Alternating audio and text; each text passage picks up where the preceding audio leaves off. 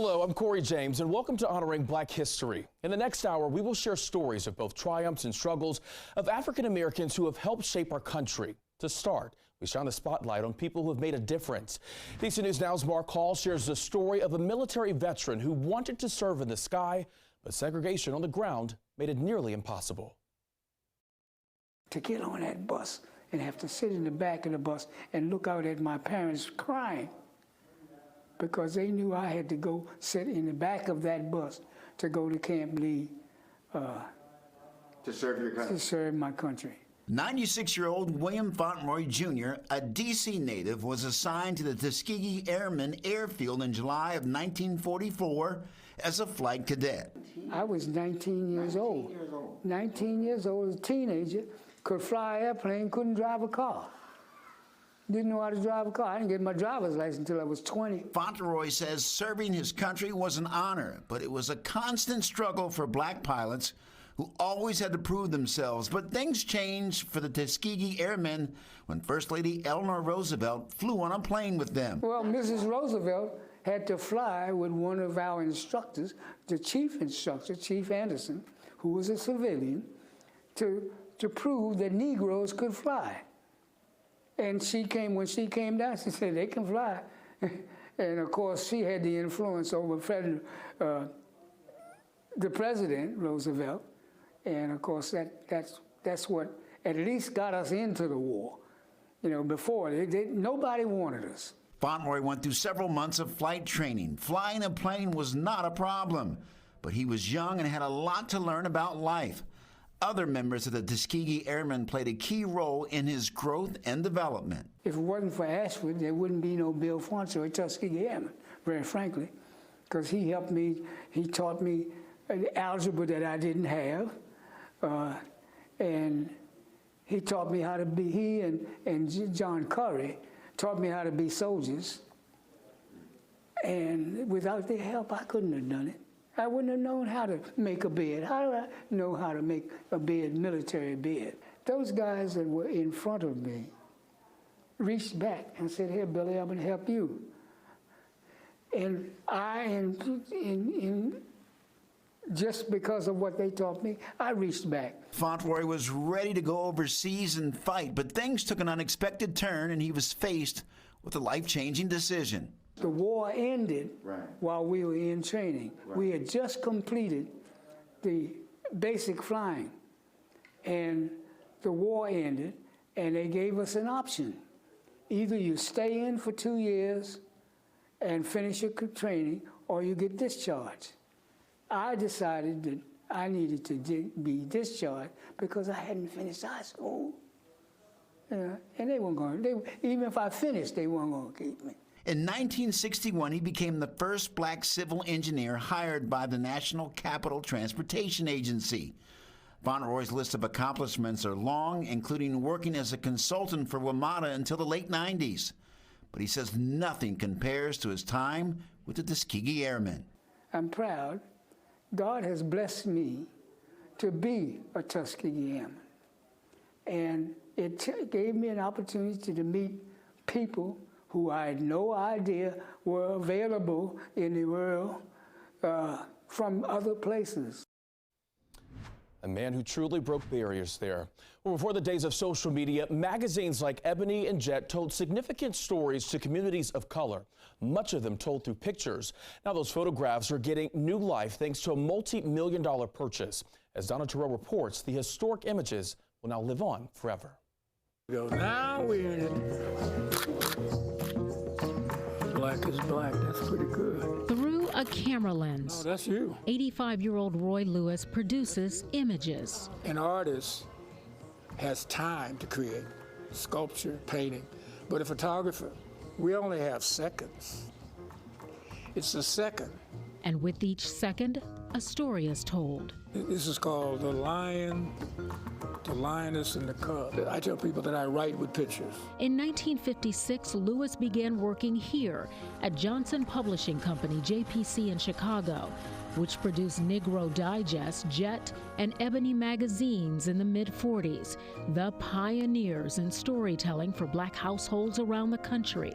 It represented a mountain, you know, the top of the mountain for black journalists.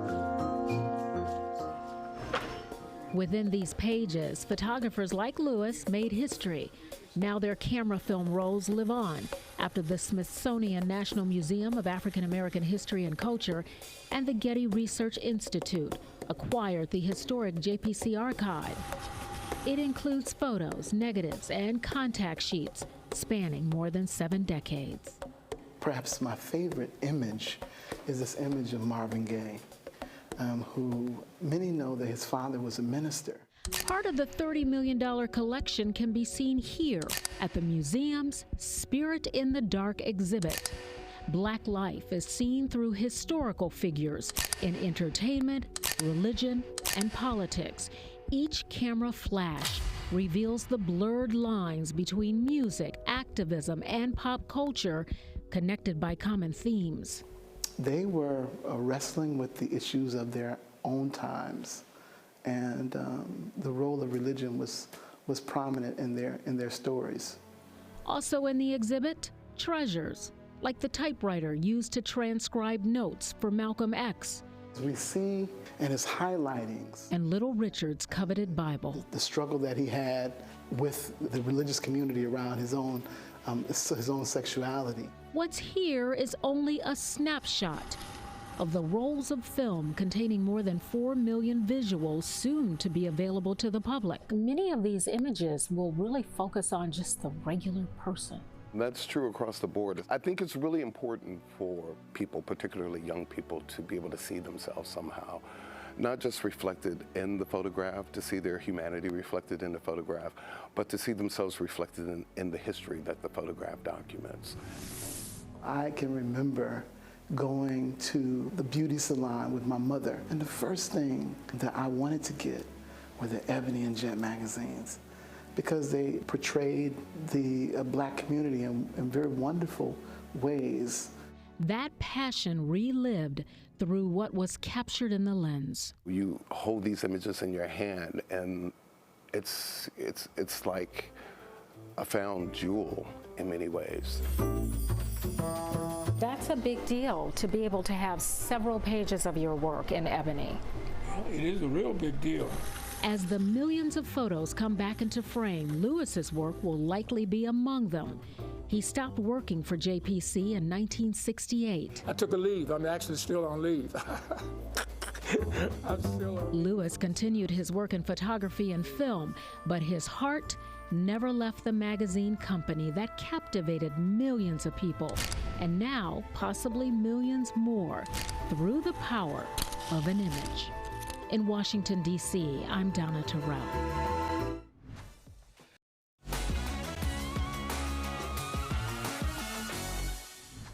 Welcome back. Turning pain into paint, a DMV artist is taking an ugly part of history and making artwork out of it. DC News Now's Annalisa Gale sat down with the artist who is sharing her family's story on paper bags. So this is inspired by the famous member of Earth, Wind & Fire, Verdine White. It's one of my favorite pieces. Artist Nicole Persley is known for her unique work. I spill paint, I pour paint, I paint flat.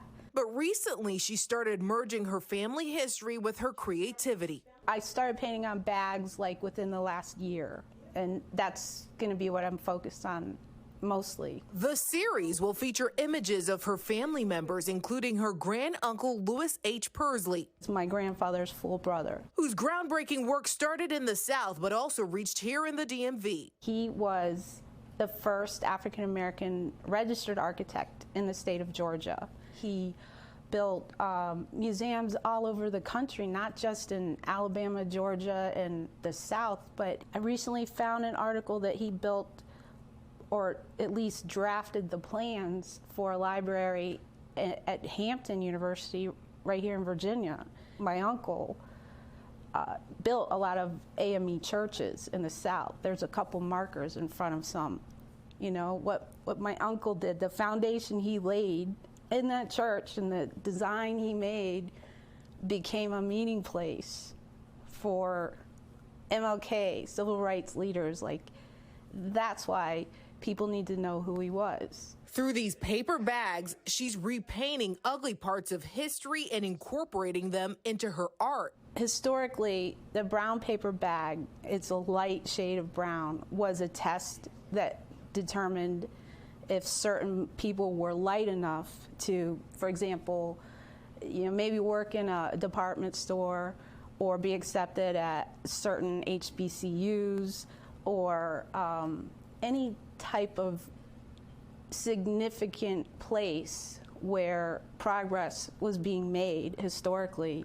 Essentially, the brown paper bag test was a form of colorism used by institutions in the 19th and 20th century. I celebrate the people on the bags, but not the actual symbol of the bag itself. I don't want to hurt anyone or hit a nerve, but I feel like it's going to start conversations. So when it does hit nerves, it's going to eventually become a healing conversation. These are some of her latest pieces. The first photo is Uncle Lewis H. Pursley, the architect. To his right in this piece is my grandfather, Dr. Alonzo Bond Pursley, Sr., who was the one who went to the University of Michigan, my alma mater. Then next to him is his mother, Maxie Bond, my great-grandmother.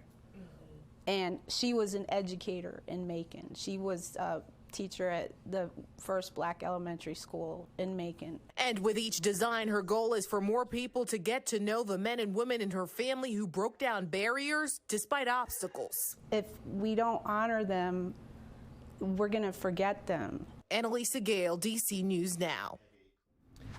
And making a difference in the world of science, technology, engineering, and math. That is what Sarah Adewumi is doing.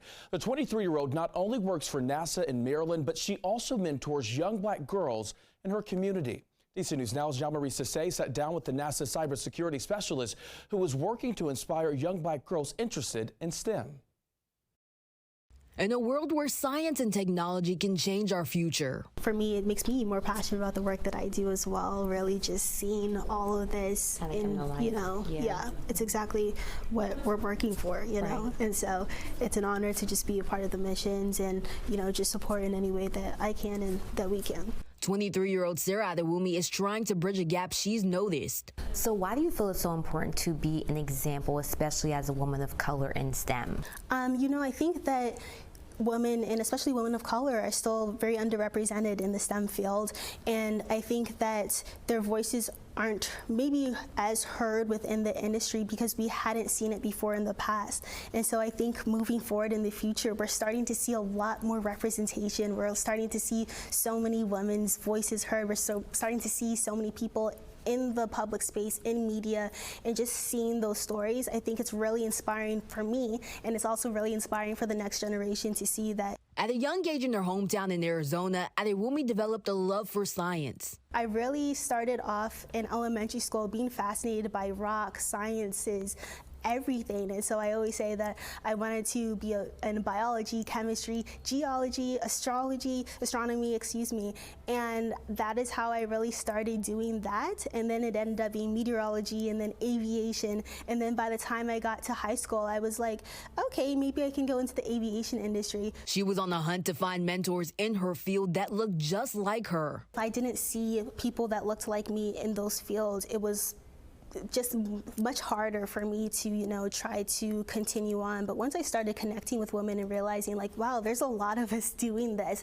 It's just about seeing them, hearing their voices, hearing their stories, and realizing that's when I realized that there is a space for me here, and that's what really motivated me. After receiving her bachelor's in aviation science from University of Maryland Eastern Shore and her master's in information science from University of Maryland College Park, Adewumi landed a cybersecurity job at NASA as a management lead in Maryland. She's using her experience to amplify the voices of women in STEM by sharing her own story. Last year, she got the chance to give a TED Talk presentation called "This is What a Scientist Looks Like." Being one of only a few women that were in my division in the aviation industry, and then getting out into the world and seeing that, women are taking up space within the industry. It's all about really just having their stories and their voices amplified. And so that is basically what my talk is about, really just being multifaceted in the STEM industry. and she's backing it up with action by going into the communities and working with the youth. That's one thing that I'm really trying to make sure that these girls understand, that there are role models out there, and just connecting them with that.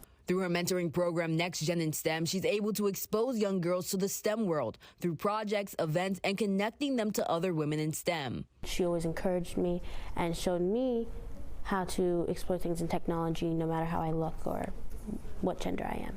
It just inspires me to just be able to do other things, because I feel comfortable when I see someone else who looks like me, because it makes me feel good.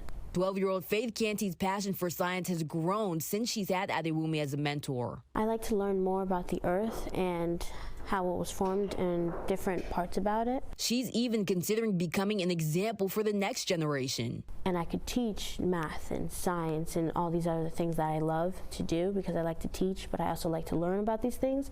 So it'd be great to teach other people about what I've learned. I didn't even realize that I even inspired young girls until a few years ago, and I found that some of my nieces were like playing dress up and they were being me, and I was like, what is going on? And so that is really how I started off doing it, and really just expanding that, speaking to schools, elementary schools, middle schools, high schools, and just trying to keep young girls engaged. Girls as young as Ava Canty. Just like the way she teaches me and the way I focus to learn, it's inspiring that way. She'd like to design spacesuits for astronauts. Well, I like fashion a lot, but I also like engineering and coding. So I don't know. Adewumi wants to show young girls that the sky is the limit. That's what I really encourage people to do, is really, don't put yourself in a box, try new things, try new experiences, and who knows, you may find what you love. So tell me, what is it like working with these girls and being an example for them? Having that be their first time that they maybe imagine that, oh, maybe science is for me, maybe engineering is for me. That's amazing to see, and that's something that I want to continue doing for a very long time as well. Even if they don't want to pursue the aviation industry or the aerospace industry, whatever they want to do, they can pursue it, and they can also pursue leadership roles as well. Reporting in Maryland, I'm Yamari Sase, DC News Now. And welcome back to Honoring Black History. It was a decades-long struggle to integrate Alexandria public libraries, and it may have taken even longer had it not been for the bravery of 5 young black men in their 20s and a rising star in the legal world who led them. Our Max Marcilla shares her story. On any given day, you'll see plenty of Alexandrians of all different backgrounds walking into one of the city's public libraries. It's a self-proclaimed safe place, welcoming, but that wasn't always the case. We were on the wrong side. We need to apologize for what took place. We were wrong. And then we need to make sure that that part of history never happens again. It was the summer of 1939. Alexandria-based attorney Samuel Tucker was training nearly a dozen young African-American men for a sit-in at the Barrett Library, a library in the heart of the city on Queen Street, and a place that black Alexandrians were not allowed to be. He was looking at a way to challenge those rights with a service that affected everyone. Basically, Max, they were sick and tired of being sick and tired. These are 5 of the young men Tucker trained. Allow Rose Dawson, the city's library director and the first African American to hold that role, to introduce them to you. Clarence Buck Strange, Buddy Evans, Otto Tucker, his brother, Edward Gaddis, and he had Morris Murray. It was August 21st, 1939. These 5 men went into the library and asked for a library card. They were told no, so they grabbed books, sat quietly, and read. It caused quiet chaos inside the library. Staff didn't know what to do. Eventually, police came and arrested the 5 men, a moment captured in this iconic photograph. They're initially arrested under the grounds of trespassing. And Tucker challenges how could they be trespassing if it was a public facility. They're then arrested on the grounds of disorderly conduct.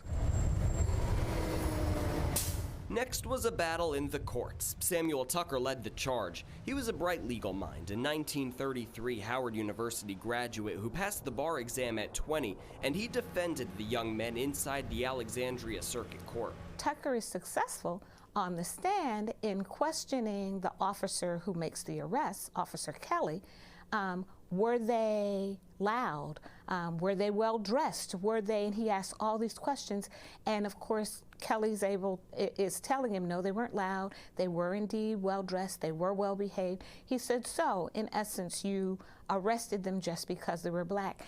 And Kelly admits on the stand that basically that is why they were arrested. It was a powerful stand in the courtroom, but did not result in a victory for Tucker and the young men he was representing.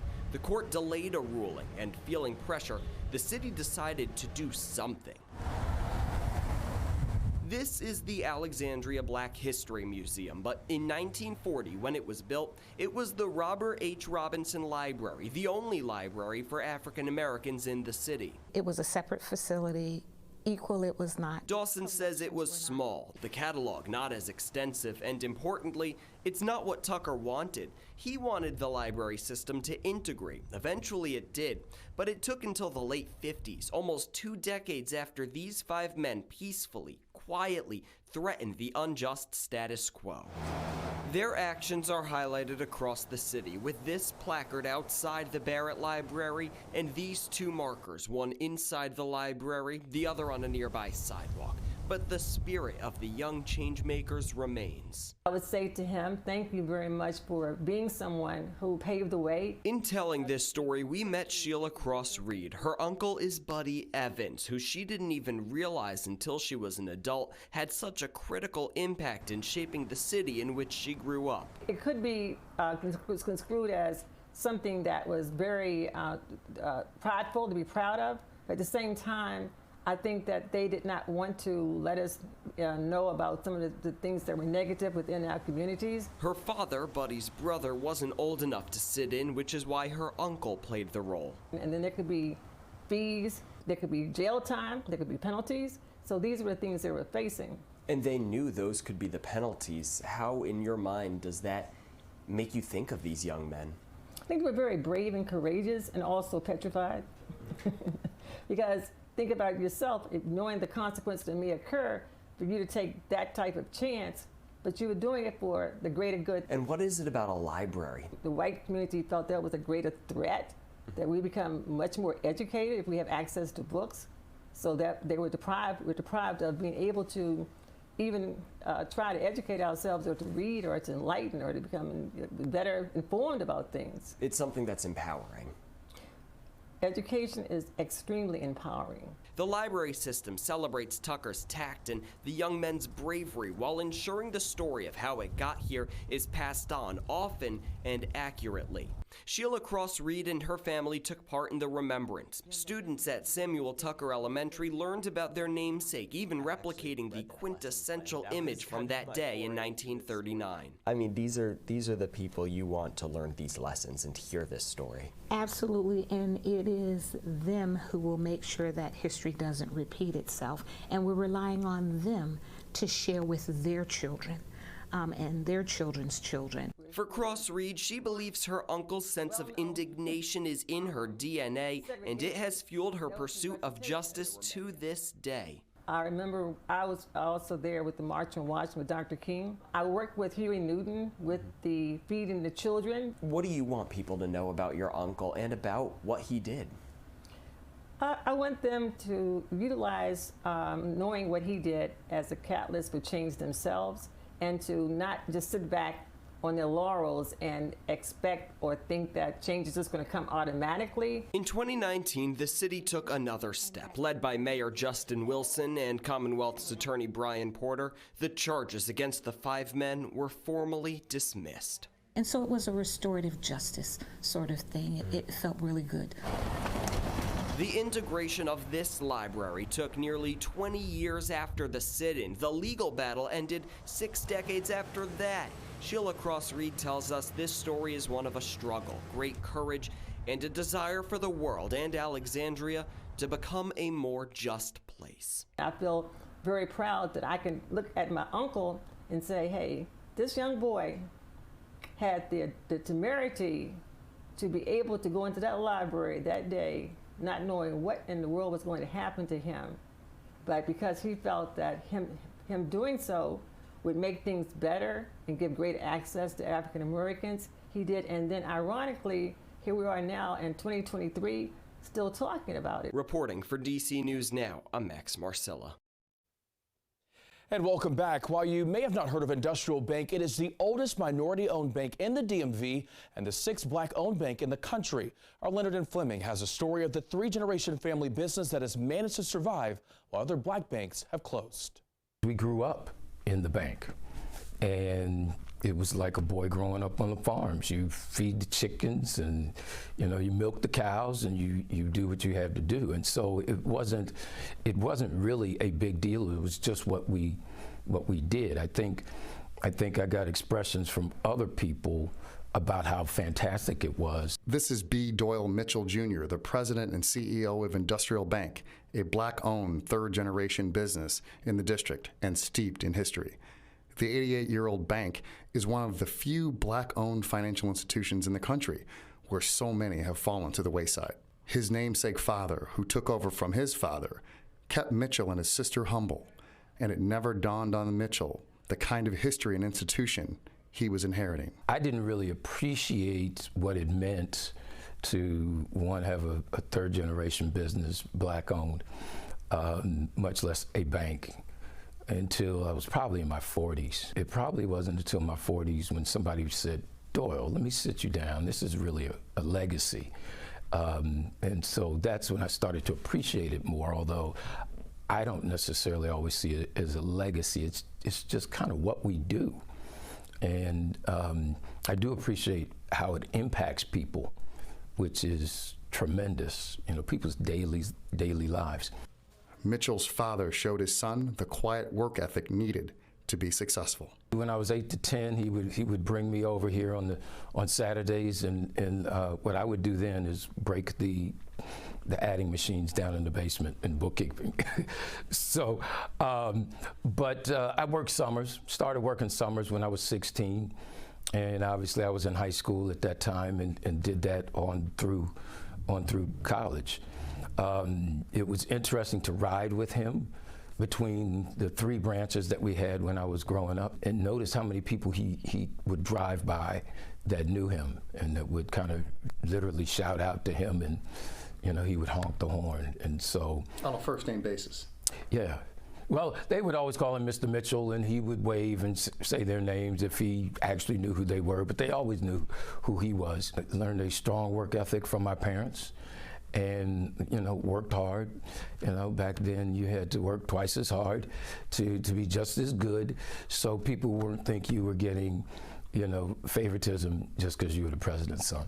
His father, Mitchell says, was a man of very few words. He did not really groom me. It was really others in the bank that kind of set the program for me to go here, this summer, and next summer I would go do something else, and then after I graduated from school, this is going to be kind of your route to get you trained in every area. He learned a lot from his father just by watching. One was service, giving back to the community. One was humility. My father never drove a fancy car. And from my father, one of the biggest lessons I ever learned was keep the bank separate from your personal stuff. The bank was the bank. So when I was in 6th grade, I did this book report on Tutankhamun, and I needed to bring some copies in, and I asked my father, could I use the Xerox machine at the bank? And he said yes, it would be 18 cents a page.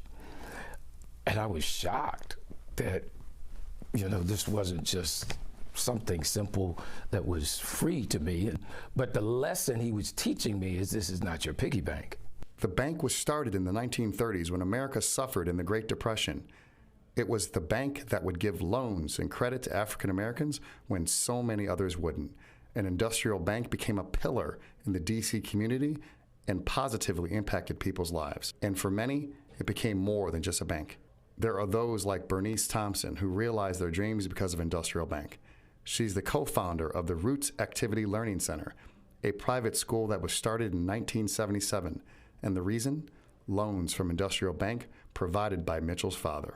Because Doyle Mitchell of Industrial Bank believed in me and gave me a loan to start the school, and as I needed money to continue the school or to make repairs to the building or whatever I needed, he was right there for me. He believed in me, and he wanted to build this community, and he saw the passion in me for helping our children, the next generation, to be successful.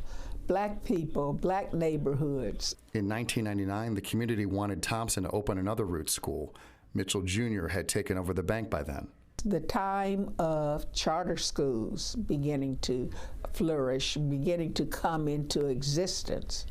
And so I thought that was a good idea, and I went to Industrial Bank, and again, they funded me for another building and to open the business. Pamela Branch is a part of Industrial Bank's rich history. She's its oldest employee, having worked there for 43 years, starting as a bookkeeper, then teller, then supervisor. She's now VP of Retail Administration.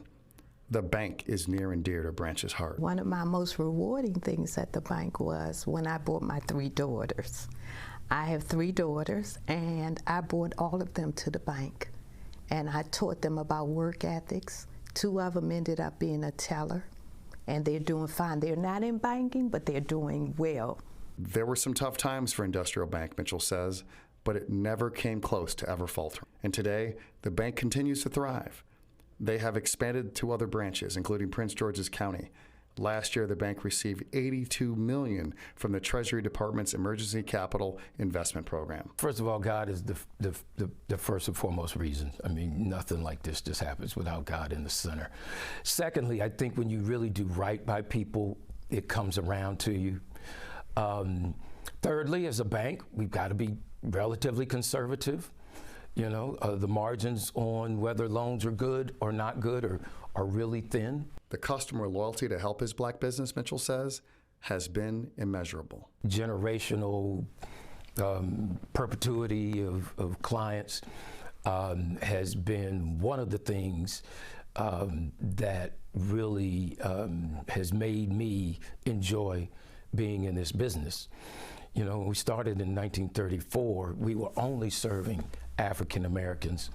And, you know, I've heard story after story where a grandmother walked her 6-year-old grandson, you know, or 13-year-old granddaughter into the bank and say, we're going to open you up a savings account and you need to do business with this particular bank.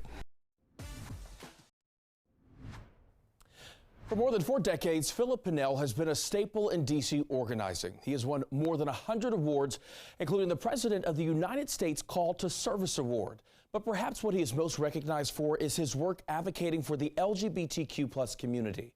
D.C. News Now's Muriel Carbone has more.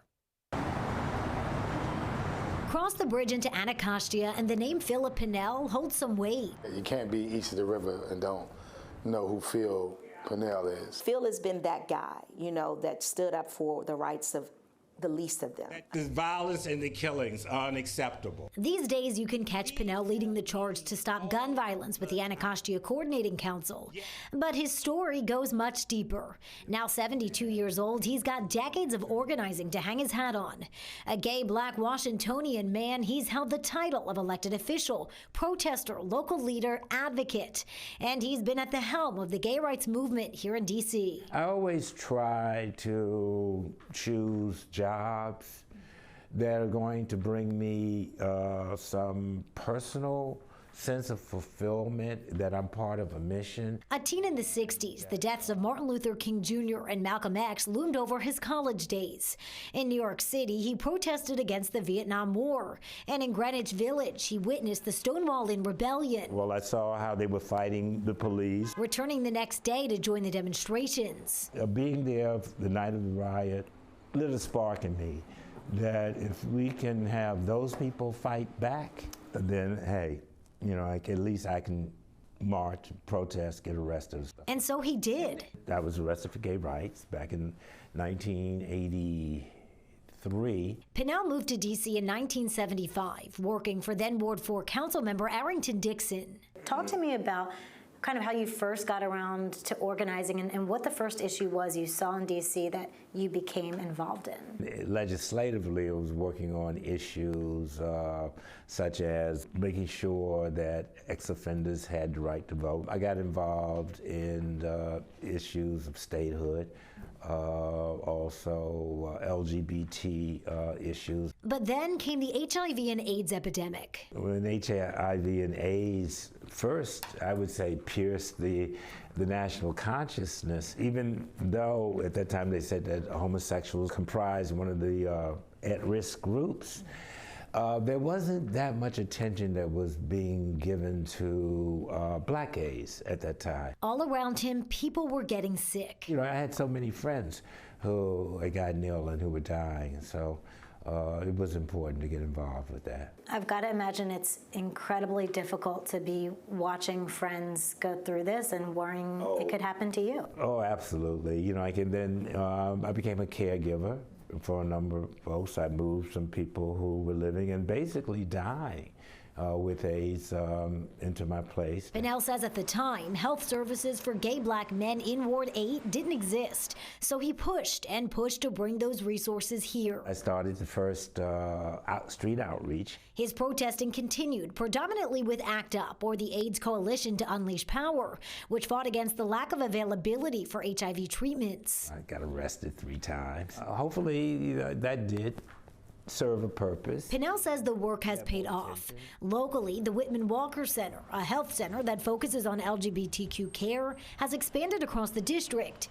D.C. now has a rich culture of LGBTQ life and celebration, and nationally, gay marriage is now legal. I remember in 1976, I testified before the D.C. Council in favor of marriage equality. And I was considered the devil incarnate by many people. Now, it's accepted. If you can describe back, say, in the 70s or the early 80s, what your thoughts, feelings, your mindset around gay rights, gay equality then, and then place me where your head is now. In the beginning, it was just basically, you had to literally knock down doors. You know, like not just knock on the door, but knock down doors in order for LGBT people to be let in. I think that we've seen the evolution of that. Now it's not just getting at the door, it's now being seated at the table. Still, he says the work isn't over when it comes to equality and inclusion. Take last month's annual Martin Luther King Jr. Day Parade in Anacostia. Of all the organizations marching, Pinnell says not a single LGBTQ group was involved. That was heartbreaking. And I think that a lot of that has to do with the section of town that the parade is in. Once again, we see LGBT activists and leaders just completely ignore a part of the city. As for Pinnell himself, the evolution of his work continues, still with a focus on uplifting Ward 8, reducing gun violence, and demanding that statehood is achieved for the District of Columbia. But it'll slow down. But on a very, very personal level, at the age of 72, sure, I'm contemplating retiring so that if I go to a meeting, it will be because I want to go and not because I have to go. Whatever he decides to do, his legacy will continue to precede him. Just ask the people who know him best. He's a man among men. That's what I would say. Phil is a man among men, and he's a humanitarian who cares deeply. He's a walking treasure that can't ever be replaced. What you described at one point in your life, people considering you the devil incarnate. For that particular issue. For that particular issue. Yes. And I know I've heard you referred to as the mayor of Ward 8 with all of your various elected positions. I've read that somewhere. Okay. I want to know, how do you describe yourself? As a work in progress. That's the only way. I would say I'm a work in progress. Work in progress dealing with unfinished business. In Anacostia, I'm Marielle Carbone, DC News Now. Welcome back. For more than 30 years, a DC nonprofit has been helping kids get to college. Our Daniel Hamburg has a story. It all starts in a space like this, one-on-one mentoring to prepare high school students for college and beyond. The work of College Bound brings together students who don't think that college is a reality, as well as students who plan to go to college, and put them in homogenous groups, and they build these relationships where they support each other through the high school years. College Bound serves more than 200 students from more than 50 public schools in the D.C. area, including Bailey Allen. This is called Do You Want to Go to the Corner Store? I curated this project to shed light to how corner stores have impacted Black neighborhoods, especially. She wants to study photojournalism at Temple University, and College Bound Executive Director Kenneth Ward is helping her get there. What I want to make sure is that you get scholarships. Yes, please, I need them. Last year, students in the program were given more than $250,000 in scholarships, but it's about more than money. For a lot of us, we just don't know what's possible, and College Bound serves as that threshold to becoming. Monty Prilliman is one of many success stories from College Bound, motivated as a high schooler, but without a big support system. My grandmother raised me since I was 2 or 3 years old. My parents suffered from substance abuse, and I really didn't have much of a, example or support system to kind of help me navigate these kind of things. College Bound helped him navigate when he was at McKinley Technology High School in Northeast. I was motivated, but I think now when I got into College Bound and I found that support, I think that motivated me even more, because I think when you don't have that backbone, that foundation, there's just all these questions of like how you're going to do it. Every student has a college-educated mentor. They meet one night a week at one of our 7 locations for 2 hours. We walk them through high school. We take them on college tours. We do financial literacy. We do something called STEM in Your Hood, which is really a glorified math workshop. The program's track record speaks for itself. College Bound is incredibly fortunate to graduate 100% of our kids from high school every year, and we continue to have a 100% college acceptance rate. It's not about just getting accepted anywhere. What we're trying to do is to find the best fit for every student. Every student's different. Some of our students thrive at HBCUs, some of our students are thriving at PWIs. Prilliman went to Northeastern for a scholarship interview, but Ward knew it wasn't the right place for him. It's an amazing college, but it wasn't a good fit for him. And I looked at him and said, where do you really want to go to college? He said, I think I really want to go to Morehouse. He went to Morehouse, had an amazing time at Morehouse. Ward says after kids graduate high school, the support doesn't stop. The students are in college. We're in touch with them virtually. We visit all of our first-year students at least once, 2 or 3 times if necessary, to make sure that they're getting acclimated to college and that they stay in school. Prilliman says his college-bound peers formed a family, even in college. We were able to still continue to have this wonderful relationship, not just socially, but in academia as well, to support each other. More than 90% of first-year students last year returned for their sophomore year. We're looking at 6-year graduation rates around 75–80%, which is more than double their peer group. Giving back is part of the program too, inspiring those still in high school. All of our students who are in college, when they come back to the city, they have to visit one of our academic mentoring sites over the winter break. And the students at the academic mentoring site, they get a chance to see our students who are in college. While the mentor base is a mix, about 95% of students in the program are Black. I think representation absolutely matters. I think it's important for students of color to see people of color doing amazing things. Ward says until students know differently, they can't do differently. I think it's just important for students to believe that there's something bigger than you out there. I mean, it's sort of cliche to say it gets better, but I think it gets better. And it exceeds anything that you've ever imagined. Since graduating from Morehouse in 2018, Prilliman has been working for Macy's doing digital merchandising and marketing. When he first moved to New York, his college-bound mentor happened to be close by. To graduate, have a working profession and be in this major office downtown in Times Square, New York, and then be right next door to my mentor and be able to go to lunch with him, grab a drink with him, and just kind of have that full circle moment. That was amazing. He's now working remotely in Bowie, Maryland, focused on taking care of his grandmother, but his future goals include giving back. Being back here in D.C. is very inspiring, and I think that to be involved in College Bound in that same way one day or more would definitely be a very fulfilling moment for me. Prilliman's advice to students now? Find your why, something that you're passionate about, and something that's going to make you get up in the morning and make you push through all the pressures and everything that's weighing against you. Once the guy getting advice, now the one dishing it out, inspiring the next generation. In Washington, Daniel Hamburg, DC News Now. And thank you for watching Honoring Black History, sharing our stories. I'm Corey James. Enjoy the rest of your day.